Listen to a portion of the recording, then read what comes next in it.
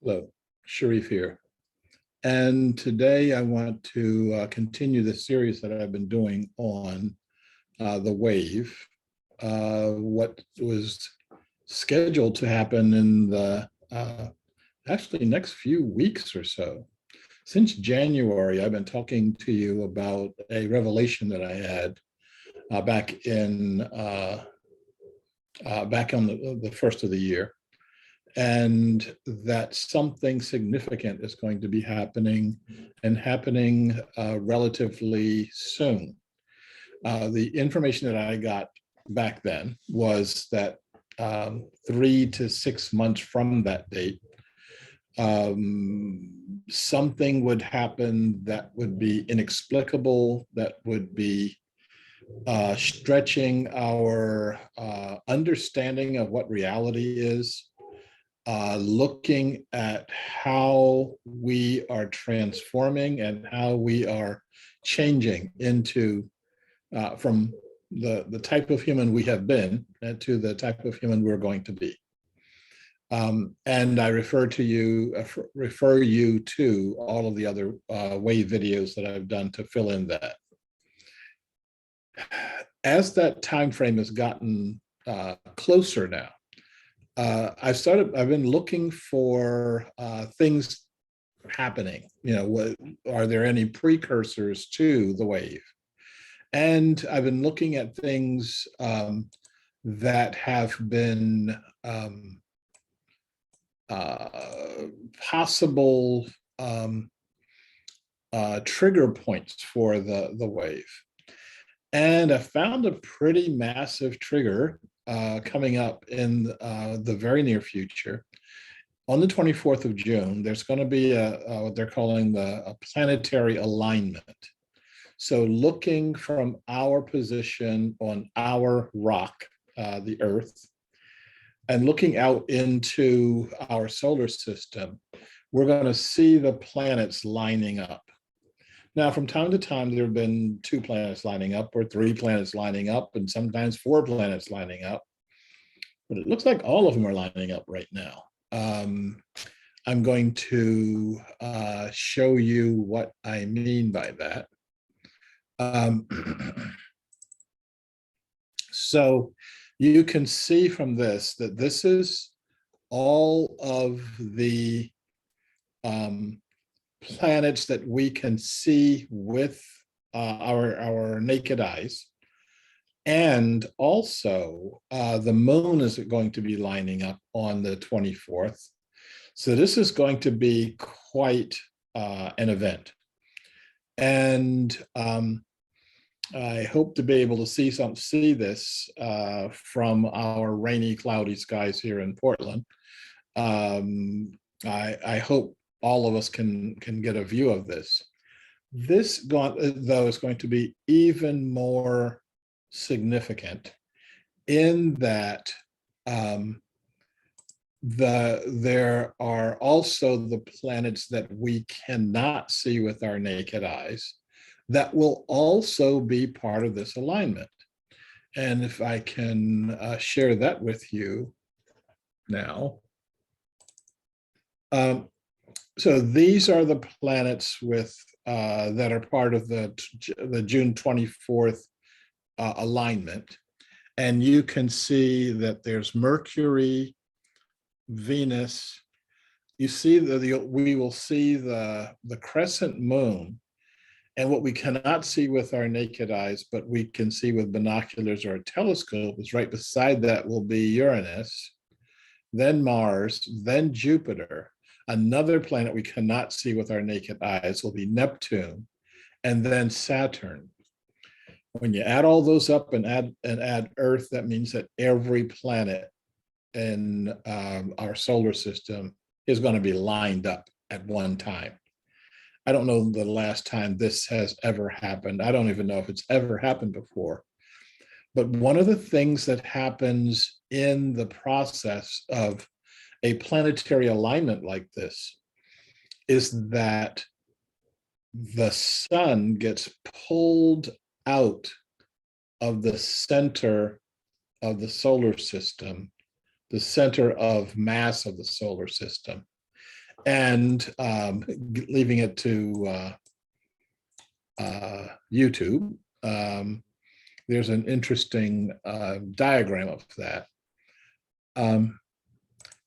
And what this diagram shows is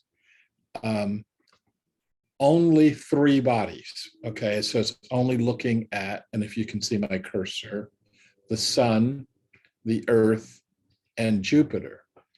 Now, Jupiter, this is clearly not to scale. Jupiter is so large, it would contain over 300 Earths.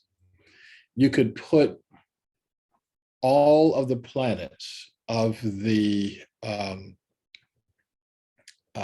in our solar system inside of Jupiter, and there'd still be plenty of room there. Because Jupiter is so massive, it can pull the sun out of its center, and that's the center of mass of the solar system. So the center of mass is called the barycenter for some reason or another, and that's represented by this green dot right here.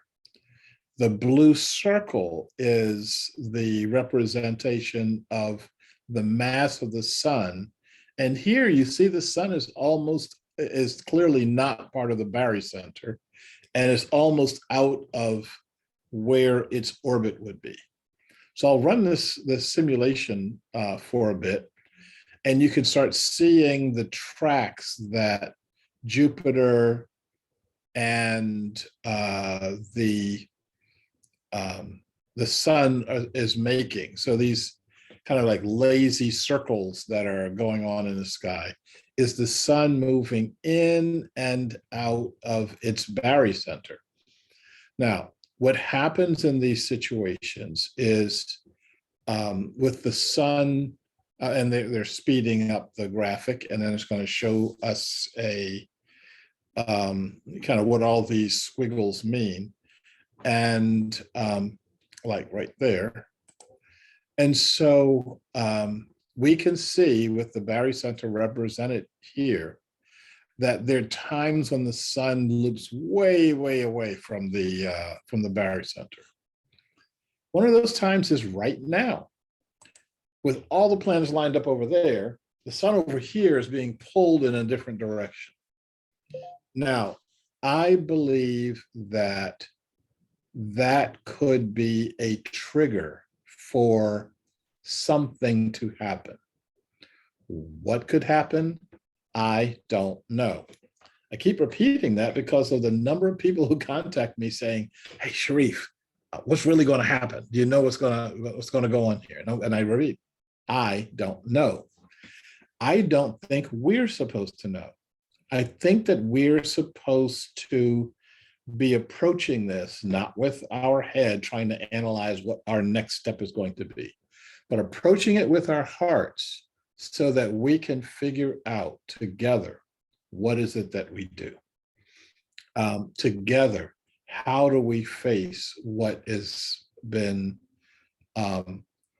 difficult or impossible for us to face? That what we're going into now is a new human civilization. We're watching not the death of the old one, the metamorphosis of the old one into a new one that's in alignment with our consciousness. Now, there's lots and lots of activity that's going on around things like violence, greed, you name it. You can just watch the news and see what's going on. That's an attempt to get us to stay aligned with the status quo. That won't work. Once the caterpillar starts to go into metamorphosis, the process is inevitable. The caterpillar goes away, and the only thing that can happen is the butterfly emerges or the whole process dies, okay? For the past 40 years, I've been betting on that process being that we become smart enough, we become connected enough that we become the new society, the beginnings of the new society, the beginnings of the new civilization. I don't think that we cause it. I don't think that we even have to understand it. I think that we are caught up in it just like everybody else, all the other parts of the caterpillar. And we get to exercise how all this comes about by just doing our part, doing the part that's around us right now, to be thinking and acting locally and globally. More on that later on. So don't confuse the trigger, which could be this planetary alignment, for the wave itself. My example would be guns have triggers, and when you pull the trigger, something happens, but the trigger doesn't kill a person. The thing that's the active part of the gun is activated and catalyzed by the trigger, but the destructive power is in the bullet itself. And so we need to be looking at how all these things fit together and sharing with each other our hearts and how that heart can act in the world to produce a different result. Thank you. And more as we get closer and closer to our destiny. Peace.